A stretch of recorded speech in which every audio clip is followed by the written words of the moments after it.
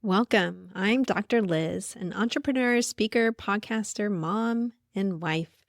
This podcast is about hypnosis, but also about all kinds of ways to help you live your fullest life, to heal, transform, to play the long game and go after the joy.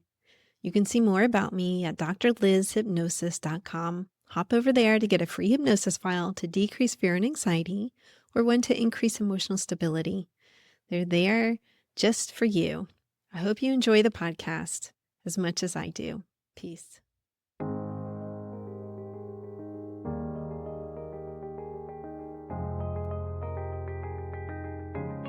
Hey everyone, Dr. Liz here. I hope that you're having a wonderful new year.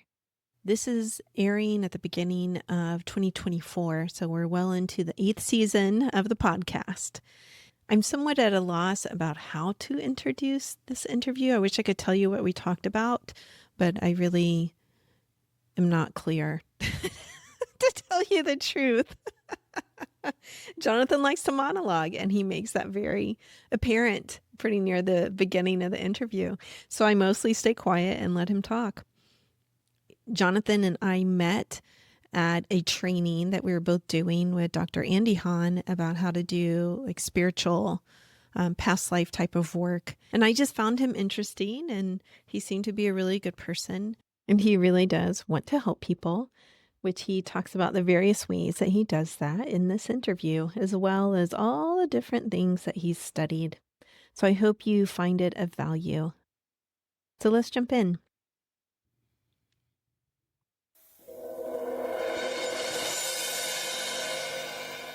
Hi, Jonathan. Welcome to the Hypnotizing Podcast. Yeah, it's great to be here, Liz. Yes. So I know that you have done quite a few things since we last spoke. Oh, yeah. So why don't you just introduce yourself to the audience, like who you are, what you do, what you're doing right now. Yeah, I'll give them a little bit of a background. Yeah. So I would just want to contextualize. I'm obsessed with like learning cool things that help the humans flourish. That's my highest passion, I guess. It's my passion is to see humans flourish. So I've been studying different things related to that. And it's a really exciting time. It's a great, perfect introduction because I want to talk about a little bit about my history. I'm going to go into a little bit of depth because I want people to know me. It'll make my ideas make more sense as we're talking. I have a feeling we're going to talk about a lot of big ideas. Yeah. You know, that's the kind of chemistry that you and I have is we see complex systems. So anyways, Absolutely. let me start off. My professional background is in organizational psychology or organizational development, change management, and it's really about understanding how people work well together. But of course, also includes individuals because groups are just individuals together. Yeah. So we got to understand their mind. And then later in life, I studied Tibetan Buddhism, and I went even deeper in the mind because I realized every moment like cycles through our psychology. And, you know, obviously you do this similar kind of work. You realize it's just a high leverage point. And once I did this Tibetan Buddhism stuff, it introduced me that and studying Ken Wilber's integral theory about this idea of intuition. I've been such an analytical guy trying to figure everything out with my mind, and it was working with me maybe 75%, but part of me was still I was having a good time in life, but I was like, I'm not having my entrepreneurial life. I'm not having the deep love that I always sought. And so that's what also drove me to the Tibetan Buddhism. It was like, I got to understand my mind deeper. Okay. And once I understood that I could use intuition, because I realized as the meditation makes you more concentrated and you can see subtle thoughts. And when you see subtle thoughts, I realized, oh man, I got a lot of ideas going on. I got to sort my mind out in a more organized way in order to Was that a change process for you? Yeah, it was a process. Really not see the subtle thoughts before studying the really I didn't interesting. know. I don't know. I actually think, look, I've gone really, really deep into my mind. I'm all my friends and family are probably sick of me talking about all my past life traumas and deep childhood traumas. I'm sure it annoys them. But it's like been my obsession to, once I learned the Tibetan Buddhist stuff, is Yeah. that there's an end to their path. And they're Okay. like, whoa, there's like, it takes a little while. It's a practice. I mean, you got to It do the work. is. It is. But what they claimed, and they doing scientific research. My Uh-huh. primary meditation teacher was Daniel P. Brown, and he studied with the Dalai Lama's meditation teacher. Wow. So this has had a lot of credibility. And Yes. I took his class, and I don't know, I had a moment of like creative genius blast or an insight that I knew, oh my God, if people actually understood what the Tibetans know. Did you know that they're most people don't know Tibet's like way up in the mountains. It's Yes. really cold there, but Yeah. nobody wants to go up there and conquer them. So people just left them alone, and Uh-huh. they're like kind of stuck there. And apparently they to entertain themselves, they're like, oh, what is this thing called consciousness or mind? Uh-huh. And it turns out that's a really important question to ask, because it's It like our is. platform of like what life is. And they ended up having all these like weird superpowers, like people living for thousands of years, like I mean, like Mhm. eternal life, people flying. And I was a very much materialist when I took that class. And then I kind of saw what they're seeing, and I was like, oh, actually, if I see idealist, what they mean by idealism, Uh-huh. which is to see the mind is also both physical. We're not denying it's Mhm. not physical, it is, Yeah. but it's also, what if you are able to shift back and forth and go, oh, it's also a bit of it's a dreamy physical thing. And what if we can influence it in a way that actually makes people happy? Because at the end of the day, that's what makes me happy. I feel at peace Yeah. when everyone else is at peace. I love to be in a world where we're just, even the adults get Yeah. to be like more mature kids. And it's like I was just at Burning Man, you were asking me, Mhm. and that's kind of like a celebration of like what life could be. So I've been studying with this guy Donnie Epstein, and he has a very clever way of mixing psychology with energy. As it turns out, our energy determines like our thought. Like just think about, you went and ate like a lot of junk food for like Yeah. an entire week, and how you'd feel versus if you were exercising, yoga, Yeah. meditation, have a job you like, all the things that give you positive energy.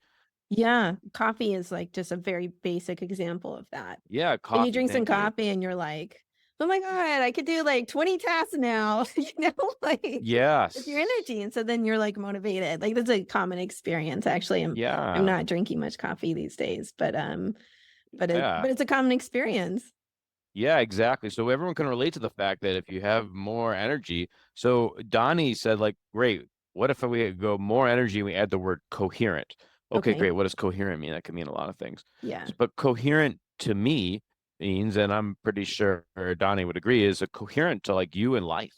What is Mm, the like part of aligned. life that like brings people together, called the weaver, which a Okay. name for it, just a web, kind of like Hmm. a spider that's connected everyone, and could our souls know how to guide us.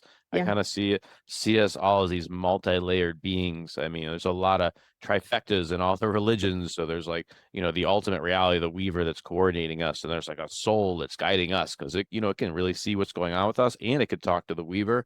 Hmm. And then there's us, and we're complicated. We have different parts. We've got like an upper mind that's Yeah. creative, and we love that guy, and he helps us integrate things and Hmm. process different perspectives. And then there's like a lower mind that seems to like not like us, like ourselves or other people, and project out weird stuff.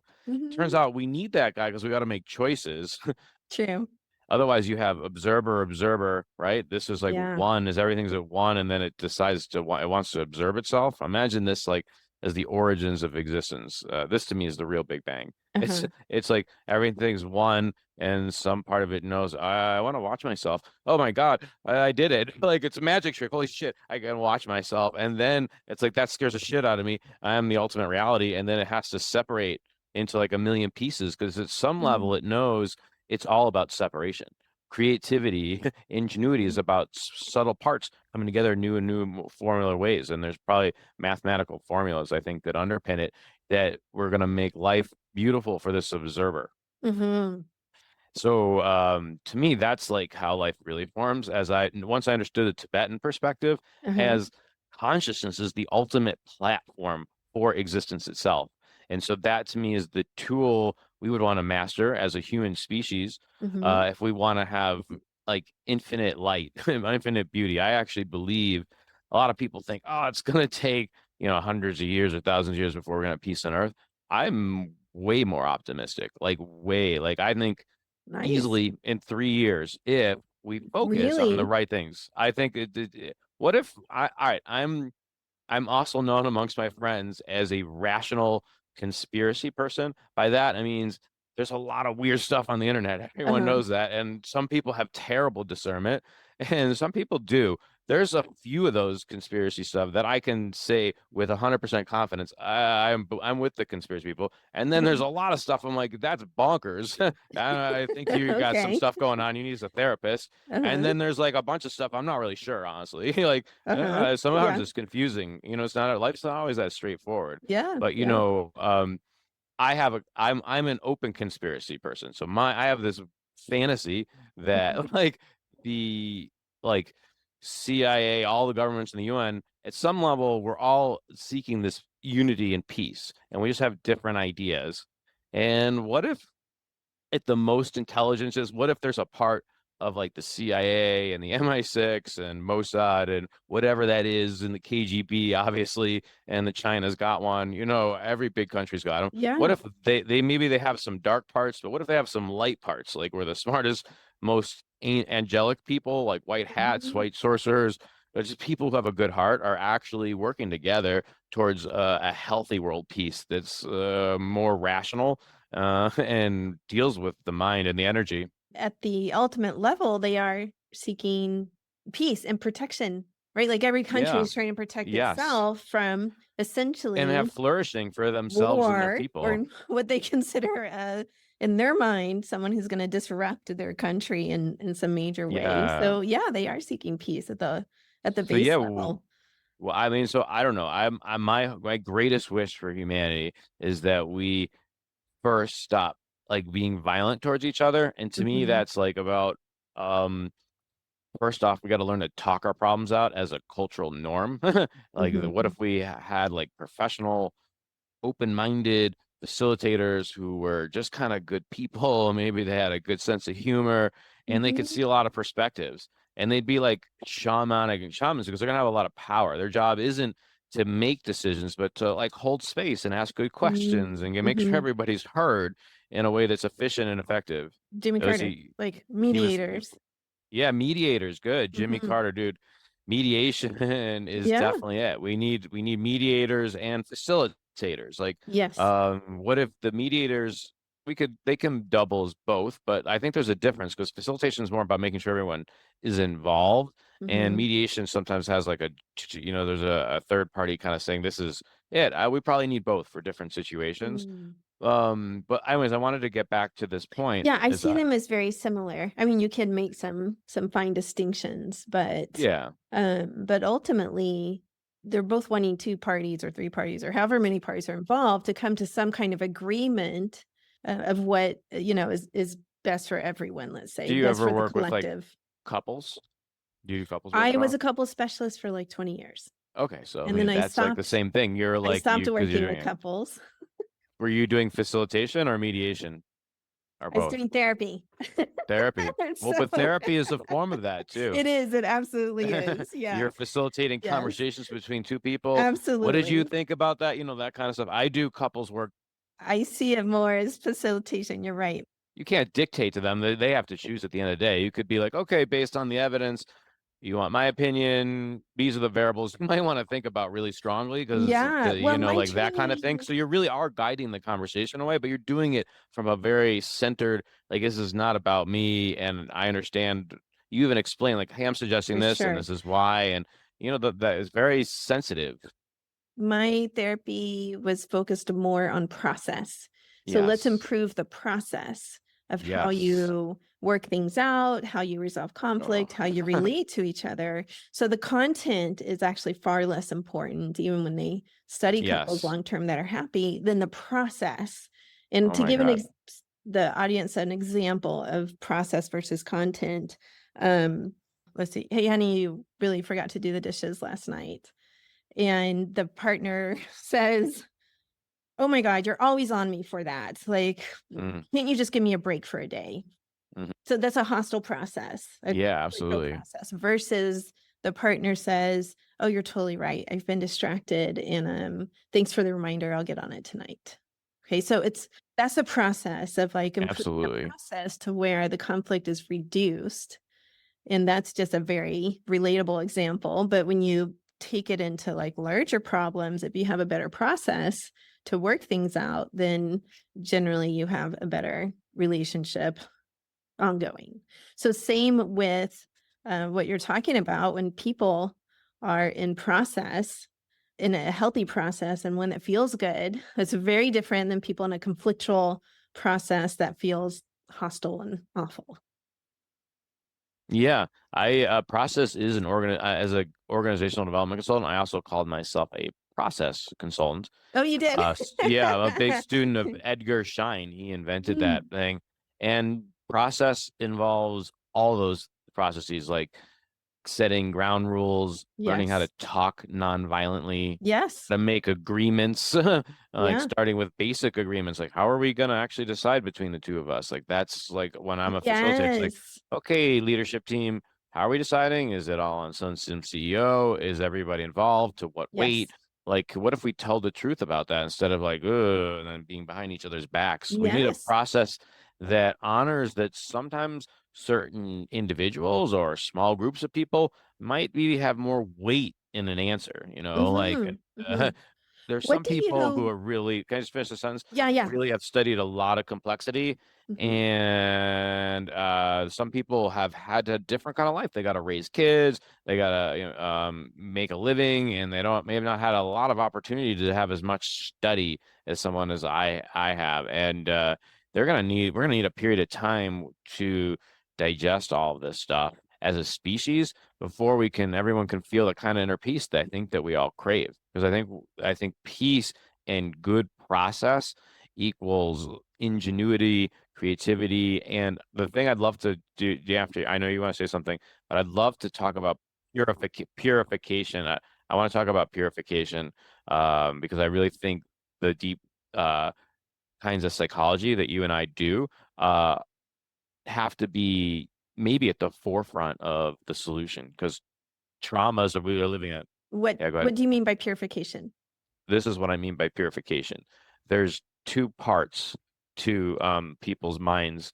There's this part that's the defense mechanism. The defense mechanism is hiding the fact that each person has a story that they can't feel some intensity level. Like I can't feel I hate myself at 10 out of 10. Because that's like I want to die, right? So there's a defense mechanism that stops it. Okay. There has to be ways because it's such a powerful story. It's about death, and we value life so much because it's so precious. Nobody even knows how it's possible.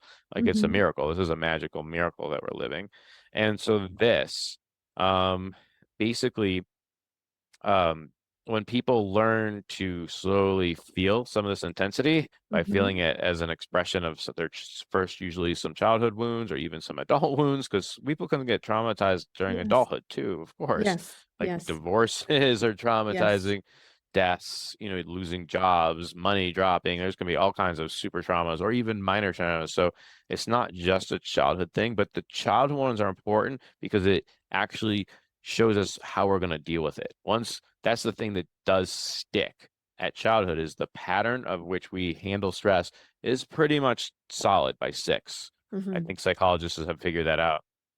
When people start to master their mind and their consciousness and they do this purification, once you stop getting mad at, at like yourself and then because really every time we hate someone else is because they're doing something that reminds us, not every time, but a lot of the time, a lot of that thing is called triggers. There's something about them. Certainly if anyone like saw somebody beating up on someone weaker them for no just cause reason, that's natural anger. Everyone would be furious and we'd want to jump on top Yeah. of that. Yeah. So if we can help us get more process. We talked about process Mm-hmm. earlier. When we get our process better, where we can start communicating better, I want to go back to the 3 marriages. Marriage with God. What my marriage to God? I have a marriage to God. I said it is to have a world. I'm an advocate of world peace and multidimensional abundance through good process, with an emphasis on energy and consciousness and facilitative dialogue as like 3 mediation. That right there, if we focus on like those 3 things, and have faith that there's a higher power, that the white hats have taken over, and there's enough. The black hats are either, and the white hats have got some sort of an agreement that, we're going to be one now. I think once that happens at the highest level, it starts to spread outward, and then people got to figure out, well, how do we explain what actually happened? It's really complicated, because life is never as it seems. Like, I know I am super humble that I don't know that much, and I also trust my intuition, because that's what happened in when I worked with Dan Brown. Is they were like, hey, sometimes you can know to say things beyond what the information you have. And it can sound outrageous until you actually go through this process where it shows you, like, okay, in certain situations, you're going to have thoughts that are original. And because they show you in this Tibetan thing how to connect to everything and still be present. And it sounds impossible until you understand how they see the world. And I can't wait to promote that in a way, break it down slowly so people can really rock it. Because I think the future of humanity is like super rainbows and everybody's happy. Like, gay just means happy.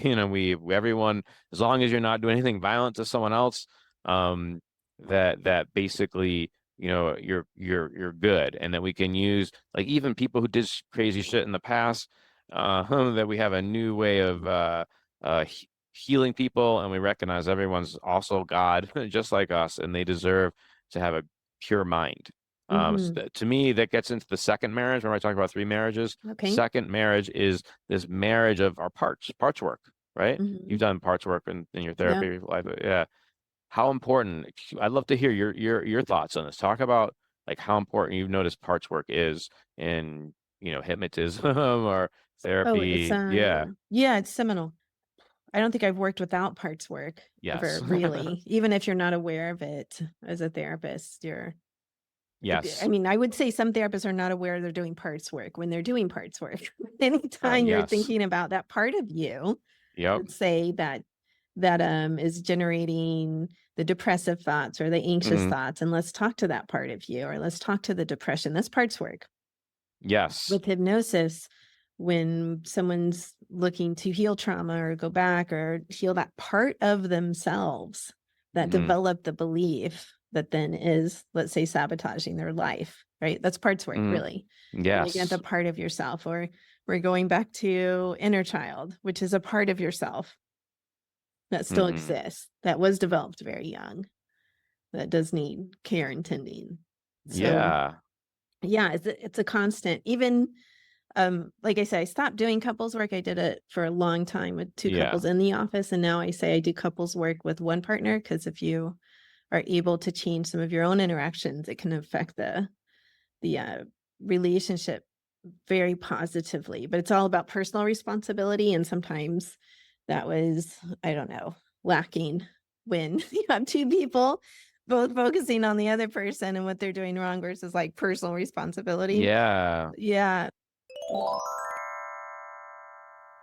Because we all got our energy more coherent and kind of connected to, like, either super geniuses. It's like everyone both becomes a teacher and a student. Like, everyone realizes each person's going to get natural kind of abilities because of how they were, their trauma, and once they dealt with the traumatized and the defense mechanism, they get even better at that, and then they can teach it because they realize they have a unique perspective on life, and they can affect a certain audience, and everyone has that ability. I think when people understand their gene keys, they're going to realize that the ultimate reality is super intelligent, and everything is so perfect, it's almost bonkers crazy. It's like, yeah, it takes some study to get there. Thank you, Ken Wilber, for helping me learn about metaphysics, to just see patterns beyond patterns beyond patterns. And I don't know. That's probably one of my superpowers, is to get so lost in my mind, because I didn't want to deal with some pain that was in my body. It turned out I was in a past life I was one of those dudes who was like a rebel, like those like witches in Salem. Maybe I had some special gift of seeing like the future or something. I think I did. And I was telling people, I think this is like this. I don't know. These are the plans I'm getting from wherever. I don't know where they're coming from, but this every time I listen to these super powerful thoughts, like something epic happens. Like I went to Burning Man. I'll just give you two examples of recently, and my spirit was like, all right, I gotta get to Burning Man. I gotta get like a bus ticket or whatever. And my sister's like, no, I already set it up. Someone's gonna get you there. And and it's important that you just trust. And then I was like, oh, I need to get a ticket to Colorado where I'm at now. I don't want to talk about the project why I'm here too, because you had mentioned that. But before I do that, so some part of me was like, oh, I better just get a ticket for the last day of Burning. And I was like, you don't actually know what date you're going to leave yet. Don't get the ticket yet, Jonathan. I was like, okay. And then it turned out what happened was I was flying and my flight got delayed at in Rochester, where I was at my parents' place. And when I got to Chicago, I was supposed to connect to a flight to Reno. And my flight was so late from Rochester, I was like running to get to the gate, and boom, they smack daggled the door like a couple minutes early, and a whole bunch of people going to Burning Man, and other people just kind of like popped up, and we were all kind of pissed together. And they're like, all right, here's your free tickets for your next flight, and here's your so all those Burning Man people went and had dinner and started to get to know each other, and then they drove me to Burning Man, and it just turned out they were like really, really epic people. I really like felt like a soul bond with them, Fantastic. and it was cool. And then I got to give back. It was really fun because they gave me a lift, but then I gave them like personal healing sessions, and they were excited about that because we discovered we talked about process to being at their highest greatness, and I helped them identify what step they needed to do next. That's the thing, is different people need different kinds of um therapists sometimes, but then some people can be like a person that they could go to and help like lead to other people. I think that would be an important skill. Someone who can just like assess, be like, yeah, connector. I love to do that. I can do a lot of things. Okay. So I'm little bit more, can handle a lot of variety, but my core passion is really to work with leaders who aspire to have this is what I call the new abundance industry, an industry where that's focused on this wellness, this comedy, this higher energy, so we can work on what's going on in our mind, identify our defense mechanisms, identify our superpowers. How do we turn our superpowers into better efficiency and effectiveness? And we're going to make more money. I think I have a friend, Kristen Raguson, who's got a super book out about how to have like connect human efficiency and productivity with uh, just humans being epic humans. And when we connect that in our money and in our mind and bodies, I think we're gonna go from a debt-based currency to one that's just keeps going up. And literally at some point, I actually see a point in history where everyone sort of realized, oh, we're kind of God talking to each other, and we all have like unlimited money, and we can kind of play in an adult kind of super play that's gonna be like new, exciting, and visionary. And I'm excited that these are the kind of visions I get because I spent so much time spacing out as a kid. I was just like one of those daydreamer kids. Snoopy's my favorite cartoon character, and he's like this kind of daydreamer dude. And so I have daydreams a lot about what it would take to do world peace. That's kind of a hidden, I don't know, obsession maybe. I don't know, but I like doing that because it's fun. And right now that came up to my project now, because now I like to hang out with people who have that same agenda. And it turns out there's a lot of them, and we're all kind of coming together on every level of the private sector, government sector, regular people. Just like, what is it going to take to have like a decentralized, peaceful world, where we start to forgive, like a lot of forgiveness, atonement everywhere, and set up systems of infinite growth and creativity in a safe way. So this project I have now in Colorado is called Cosmos. Okay. And Cosmos is right now it's a publishing house. Marco Morelli is the founder, and he's got a community and a reputation of being really peaceful, integral guy. Guys really connects with a lot of smart people with a lot of integrity, and he's always stood for peace and abundance, and but doing it in a smart way.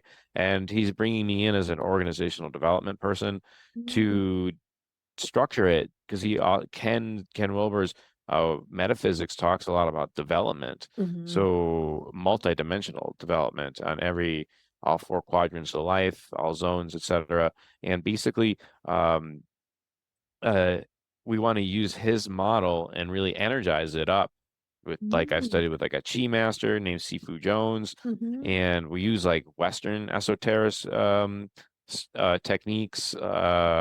Studied with Neil Kramer, who's a Hermetic master, and like conscious language, Mm-hmm. where you really help people use the right decrees to help them like code. Yes. What if coding we could code our own mind? We You can gotta code know our what own you're minds. doing.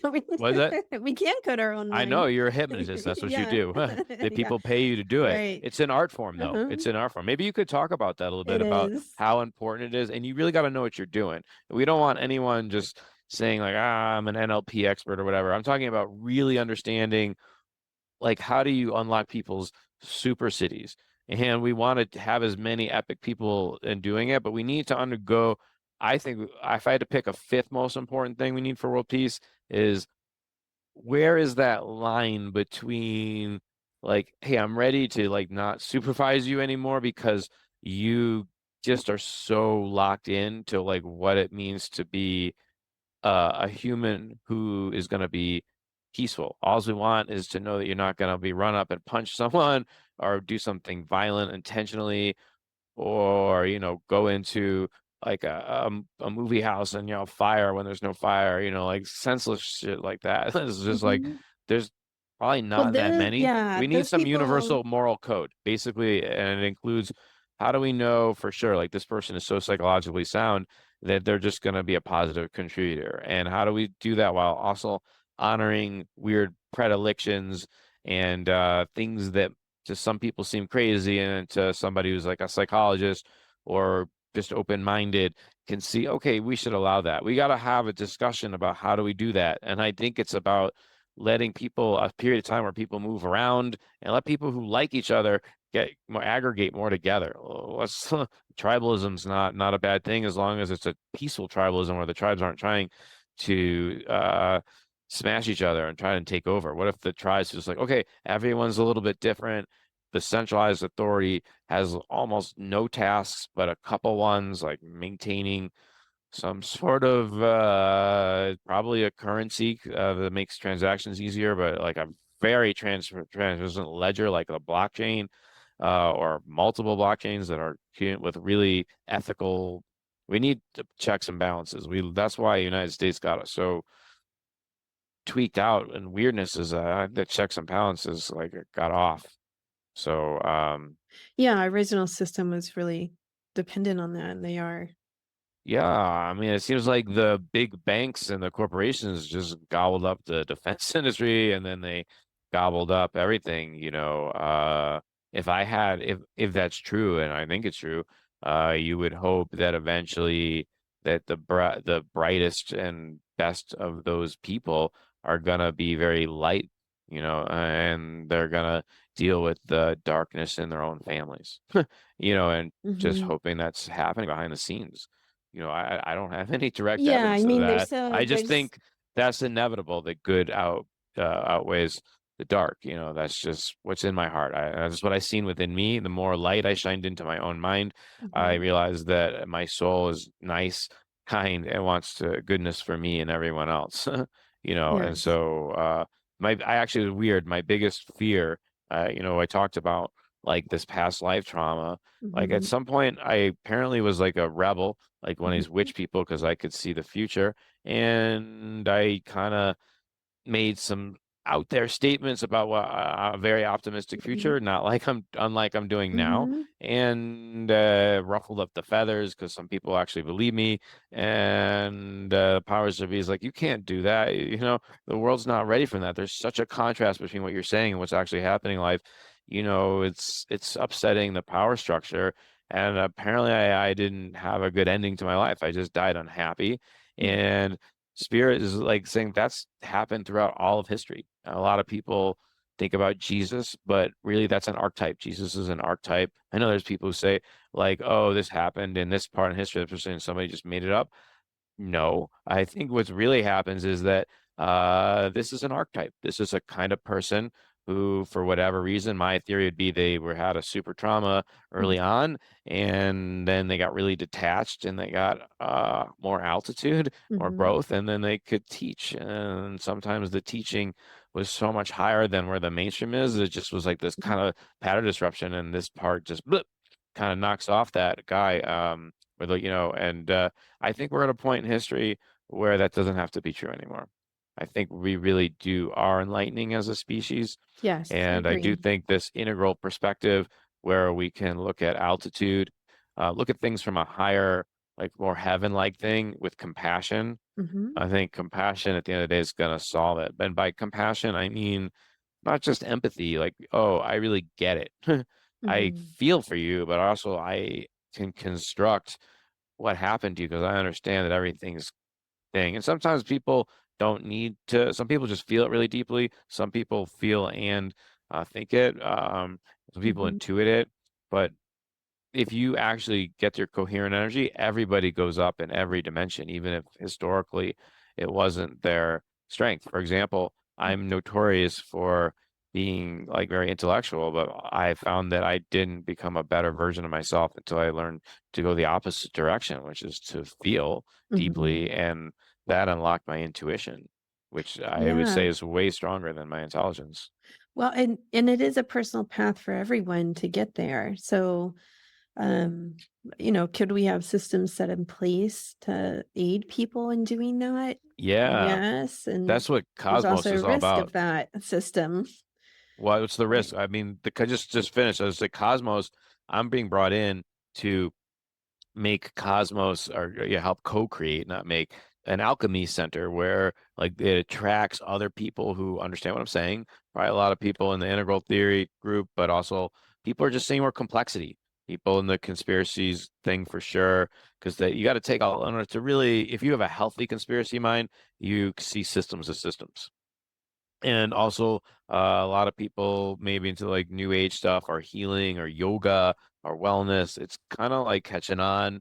I think eventually it's going to be everyone. I think even like some of the Trump supporters have a certain like a right wing take on it, and then you got these people on the left who are more about the compassion side. So one side's holding compassion, one side's holding freedom. Let's merge. Let's go compassion, freedom, merge under multidimensional abundance and peace. Boom. That's the umbrella. I think Sounds that so easy, it's gonna Jonathan. it's a marriage. Well, it's a marriage. It's the third marriage. So once you clear up your inner parts work, you have more peace inside of you.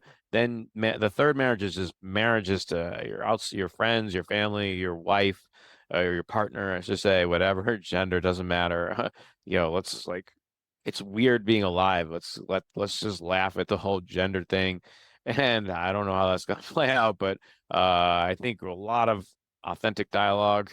I think the weird thing about Let's say someone is in agreement with you, in alignment with you, but then they're running into someone who we would term very closed-minded, who doesn't have that compassion or openness or any of that. What do you recommend in that situation? well, at this point in history, first of all, nonviolent compassion is for the start one. It's like, okay, this person is a human. If they're not like attacking me, I don't need to do anything. They're fine. Their perspectives are theirs. They're not truth. My perspectives are not truth. I'm just a reality tunnel, just like everyone else. I have my own perspective, and I would recommend that people pause, just like pause, because what happens with these egoic defense mechanisms, defense patterns, is people get triggered. So Yes. first thing I just everyone's like, slow down. If you're feeling like, oh, this person just tweaked me out or said something that's Mhm. making me a little comfortable, notice there's a sensation in your body Mhm. and go, oh, I know that guy. That kind of, oh, shiz Mhm. spot. Hey, and then you just like, okay, I'm going to replace that with, just going to return a presence and ask myself, what does that sensation mean? Mhm. And allow myself to really be present to what's going on with that other person and myself. And there's a natural intelligence that I believe everybody has in this state of peace. Mm. This is why meditation is effective. When Well, you have before we talk about peace, that, well, just though, as a like, one sentence, it helps you get a peace of mind, yeah. and you get out of these immediate trigger responses, and you bring in Mm-hmm. this creativity known as unbound energy, this energy before it becomes references something in the past, and it gives you an ability to have a moment of creativity and be your best self. Sometimes creativity means something new, but sometimes it just means you're being in a flow state and being a best version of yourself. Okay. And let's say the other person is not the best version of themselves. They keep Oh, right. coming at you. Like you're pausing, Coming you're at you tuning in, verbally or physically? sensation. What No, can let's you? just say verbally. Let's Okay. take it to physical. Uh, I'm gonna assume it's a man. Just for this example, if we do another example, I'll assume a woman. So I'd be like, "Hey, Mister, um, a your words are and your tone are very heightened right now, and I would have a strong preference if you would kind of take a pause and be slow with me before we continue this interaction. Because if it continues at this level of intensity, I'm just gonna walk away." Okay. Let's say if that's somebody that's like a stranger. Obviously, if it's a person that they know and they have an ongoing relationship and there's another level of safety there, then they might have a different, a more deeper, more precise response. Yeah. Yeah. Okay. So it's really That the was, pausing and slowing them down and yeah, mhm, and seeing what's going on, being curious. yes, If it's being appropriate. curious. I mean, it's not Thank you. appropriate always for a stranger. Sometimes it is, though. Yeah, Appropriate for a stranger. Like, what is it that you want here? What is it that you need here? What are you trying to get? Hmm. yeah. I mean, I was at Burning Man, and it was like, I don't know, like 4 in the morning or something or whatever. And a lot of people, it's a ceremony, Burning Man, and a lot of people get into altered states through music, through just being there, and the environments and energies bonkers. The excitement of being free of their like matrix situation. For some people, that's like a fantasy super high just to be there because it's so different from the pains of their regular life. They can just be free to who they really am. They don't have to worry about money for a week.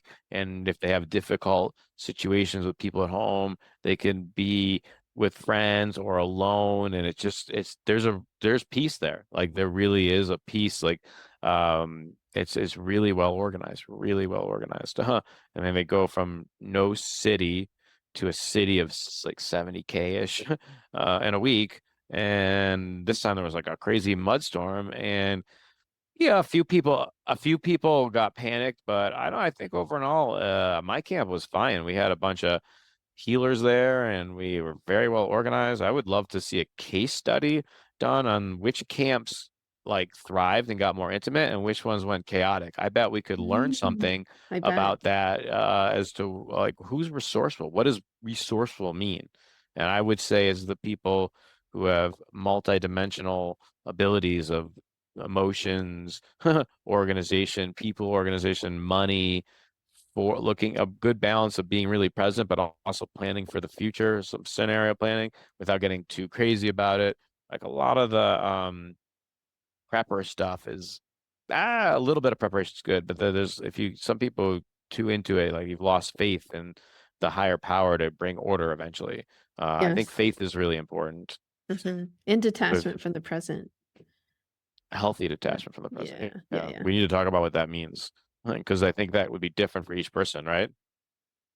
Because there's a level of detachment where, like, okay, we got to get you more in your body, and then there's other people who maybe could use some a lot more detachment. Ketamine is a really good one for healthy detachment when used supervised with some people who knows what they're doing. I think this is one of the reasons I'm optimistic about the future is psychedelics. And I know Cosmos is a big advocate for intelligent use of psychedelics to enhance the transpersonal. We want to be we are a genius factory. We're going to take all the cool things that we've learned about development, and we're going to create a culture of intelligent mixing. So we're going to have people in there who are known to be good people and have a lot of integrity and a lot of intelligence and enough humility to allow an intelligent group wisdom process to um, self-organize over time and let it get more complicated and have different specialties. And my goal is only to be there in this organizational development role for 3 years to really get a structure. One of my chief abilities is this facilitator, this process consultant thing. What I want to do there is model what it's like to have healthy divergence of ideas. Let's get a lot of creativity, and okay, we got to actually decide which of these fun ideas actually aligns with what's happening in life and what's possible given our resources. And I'd love for that to be like, if I could have a legacy, I'd love for that to be part of it, is to allow good process. You even said it earlier. That's one of the things I feel like we're 100% simpatico on, is like good process around mental health is going to lead to peace. Yes, yes. And I read a book about psychedelics for the use of self-development and self-awareness and enlightenment, really, a sense of enlightenment about your life and Mm-hmm. in the collective, of tapping into that feeling of you are part of a collective and everything. And it's interesting because sometimes people send me books to be on the podcast and then they disappear. Mm. And and these days I think, oh, it's just a wonderful gift. That's it, Yeah. So the author was really talking about how important it is to find, if you want to do that kind of guided development, and his focus was on to improve mental health, improve depression, improve anxiety, that you do find a practitioner, a guide, let's say a mentor, that's very knowledgeable and feels safe and has experience, and you Yeah. don't just pull someone else off the street who's already done it, like so there's a structure to really enhance the benefit, to not have a bad trip, basically. Yeah, well, hey, shamans of the world. It's one of my favorite things to do is mix psychedelics with this epi-energetic stuff. So we can, the epi-energetics is these primordial energies of the universe that Donnie has identified with, Donnie Epstein, one of my primary mentors. And yeah, him and I think there's a real beautiful marriage. Donnie's more comes like from a Western esotericism, Kabbalah, and the Eastern highest one, this thing Dzogchen. Um, I I really do think if you people understand and accept that our consciousness is our primary reality, and when we clean out, we do a lot of discover and eventually discover awaken, which means that we discover what's going on within us, and then we eventually see the gift in it. And then it goes discover awaken, then awaken discover, and we discover that, oh, that actually this is beautiful. This art that God has done is we actually need to feel the downside of life in order to really feel the upside. They go together. Yeah, No yeah, contrast, no thing, and yeah. it's done in a very brilliant way. It tips off a memory of me because I'm cleaning out books recently, and I ran across one where it was actually this woman's dissertation. She studied postpartum depression, and I was one of the case studies. And the title of the book, I think the title of the book, but it's all about the gift of postpartum depression. Like, how did it transform a woman's life in a way that was positive? And that was published, I don't know, 10 or 15 years ago, after I had postpartum depression, obviously, which it did lead to some real transformation in my life. But yeah, that's a personal example of sometimes when you're in it, it doesn't feel like that. But when you back away from it and go through that process of growth, it really does lead to a transformative process that's hopefully positive. I think when it can lead to that, or when you have guidance to lead it to that, then that does feel better than, let's say, being stuck in the weeds with it for a long time. Yeah, it feels really good when you can identify those subtle patterns that are holding you back. Hmm. Sometimes it's just one big pattern at the end of the day, that does Hmm. it. Yes. For me, I actually have this weird thing that when because I think in this past life, I think what happened was I kind of knew that I was going to do this risky thing that was going to cost me my Hmm. life. But the end of my life was the most torturous moment of my life. Like it was Hmm. like, oh my God, I really just, part of me just wanted to be married and have kids and teach a few people. And now I'm Hmm. not even, I had to let that thing die, in my last moment, and just like ending life super unhappy. So like I found out at the core of my being is like my greatest fantasy is like, can I just be a regular dude who like has kids and like work with a group of people? Like Mm-hmm. I do something called deity yoga. And in deity yoga, what you do, it's something I learned from the Tibetans. And psychedelics help with it is like what happened was I was on ayahuasca and Mm-hmm. I knew a little bit about deity yoga enough to have it make sense. You know, the ayahuasca is not going to give this inspiration to someone who doesn't have a context for it. Mm-hmm. So it was like basically was suggested during this ayahuasca session that Ganesh is going to be somebody for you to work with. Mm-hmm. And at first I thought it was gonna to work on doubt, Mm-hmm. and I realized that was true, but also doubt of what? It was like doubt that I'm like strong enough, resourceful enough to handle like whatever comes my way. And also to remind myself about in the Ganesh thing, he's like he takes his desire body, his mouse, and his higher part, super ego almost like learns to use his desires to guide him to what he really wants, a bigger life than he ever imagined.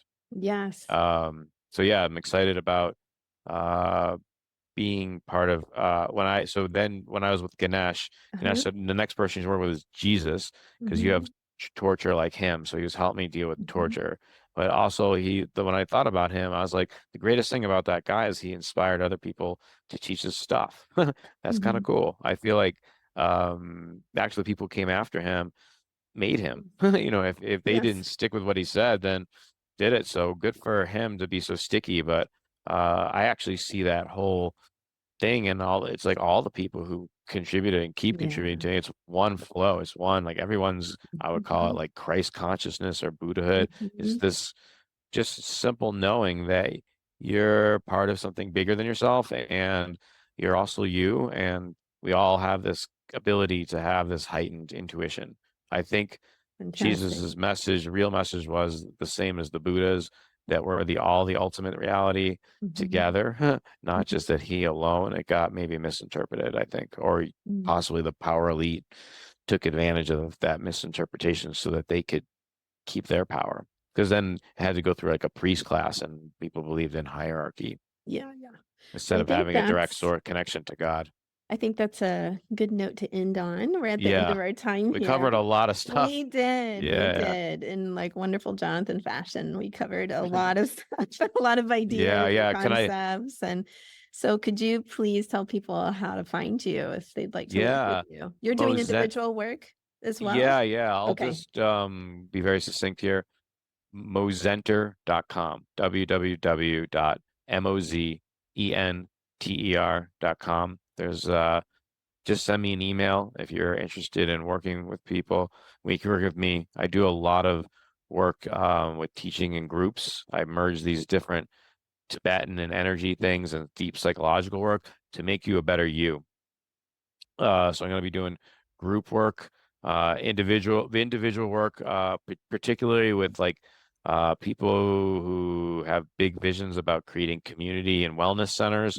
Love to work with those kinds of people, or business entrepreneurs. But I want to work with people who want to have a big impact and understand that they're going to need to do some deep work around their energy, their archetype, their self-awareness to be a better version of them. I'm just going to help you get to do some mirror work with you, see deeper patterns and reorganize those patterns in a more intelligent way. People who think about systems of systems. I love to work with couples. I have this thing. I would love to have a culture where couples are doing inner work together and they just fall deeper and deeper in love. And maybe they even have a family project that's like bigger. Maybe the whole family is not only developing individually, but they get together and maybe they work with other families. I really have that. And yeah, also people who interested in mixing with psychedelics. Let's get together and talk. I feel I got some ideas to how we can alchemize together. That's what the Cosmos Project is going to be about, where a lot of different people who are in the wellness and the arts and who want to heighten their creativity come together in a co-op form to create a better world, but also bring our greatest gifts individually and collectively. So, anyways, thanks for having me on the show. It's been a lot of fun. Yes, it was my pleasure to have you on the show. So All the contact information will be in the show notes for the listeners. And again, thanks for being on the Hypnotizing Podcast. Thanks.